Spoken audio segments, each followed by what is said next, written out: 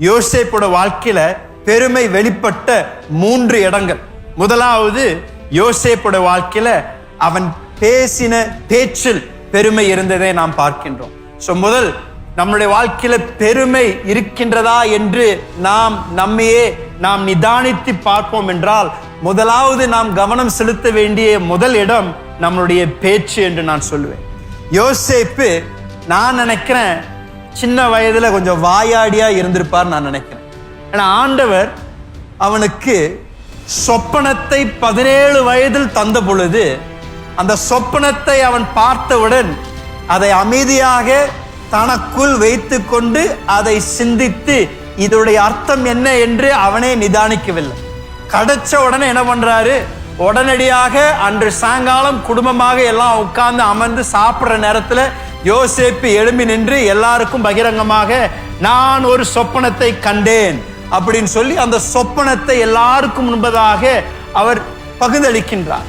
அதில் முக்கியமாக அந்த வசனத்தில் நாம் பார்க்கும் பொழுது 37 அதிகாரம் 8வது வசனத்தை நீங்கள் பார்த்தீர்கள் என்றால், தேவ வார்த்தை என்ன சொல்லுகின்றதுன்னா, அவன் சொப்பனங்களின் நிமித்தமும் அவன் வார்த்தைகளின் நிமித்தமும் இன்னும் அதிகமாய் பகைத்தார்கள். அப்படின்னா அவங்க சகோதரர்கள் அவனுடைய சொப்பனத்தின் நிமித்தம் மாத்திரம் அவனை பகைக்கவில்லை. எது நிமித்தமா பகைத்தார்களாமா?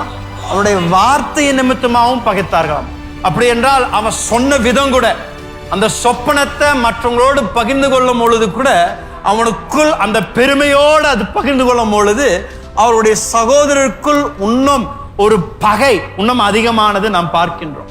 அந்த வசன பகுதியில் 4வது வசனத்தை நீங்க பார்த்தீங்கன்னா கூட, ஏற்கனவே அவனுடைய சகோதரர்கள் அவனை மிகவும் பகைத்தார்கள் என்று தேவனுடைய வார்த்தை சொல்கிறது. அப்படின்னா யோசேப்புக்கு ஏற்கனவே தெரியும், அவருடைய எல்லா சகோதரரும் அவனை விரும்புவதில்லை, அவனை பகைக்கின்றார்கள் என்று அவனுக்கு தெரிந்து, ஆங்கில வேதாமத்தில் வசனம் 4வது வசனம் எப்படி சொல்லுன்னா, அவனிடத்தில் ஒரு நல்ல வார்த்தையை கூட ஒரு சகோதரனும் பேசவில்லையாம். அப்படின்னா அவன் போய் ஒரு அண்ணங்கிட்ட போய் பேசாடே போட உட்கார்றா அப்படின்னா ஒவ்வொருத்தரும் அவனை மிரட்டி, அவனை திட்டி, அவனை பகைத்து தான் நடத்தி இருக்கிறாங்க எல்லா சகோதரரும். இவர் தான் கடைசிக்கு முந்தின மகன், ஆனா எல்லா சகோதரரும் அவனை பகைத்தாங்களாம். இது அவன் அறிந்திருந்தான். இது ஒன்றும் அவனுக்கு புதிய ஒரு செய்தியா இல்லை. எல்லாரும் பகைத்திருந்தாங்கன்னு அறிந்திருந்தா ஒரு ஞானமுள்ள ஒரு நபர் என்ன பண்ணிருக்கணும், வாயை வச்சுட்டு சும்மா இருந்திருக்கணும்.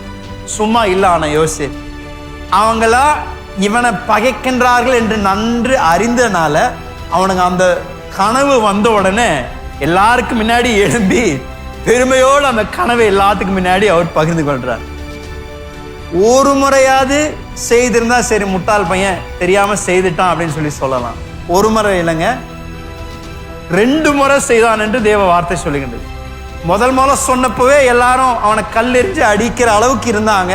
அப்ப என்ன பண்ணிருக்கணும், அடுத்த கனவு வந்தோன்னு அவங்க அப்பா கிட்ட ரகசியமா போய், அப்பா எனக்கு இப்படி திருப்பி இன்னொரு கனவு வந்துருச்சு, என்னன்னு எனக்கு தெரியல அப்படின்னு சொல்லி ரகசியமா பகிர்ந்து கொண்டு வந்திருக்கலாம். ஆனா யோசேப்பு அப்படி செய்யவில்லை. 2வது கனவு வந்த உடனே எல்லாருக்கும் முன்பதாக மீண்டும் எழும்பி நின்று அந்த கனவை மீண்டும் பகிர்ந்து கொள்கின்றான். நம் வாயின் வார்த்தைகளை கவனிப்பது அவசியம். பெருமையை நம்மளுடைய வாழ்க்கையில கண்டுபிடிக்கணும்னா நாம் பேசுகின்ற வார்த்தையை நாம் கவனிக்கணும். ஏன்னா பெருமை பல நேரத்தில் நம்முடைய வார்த்தைகள் மூலமாக வெளிப்படுகின்றது.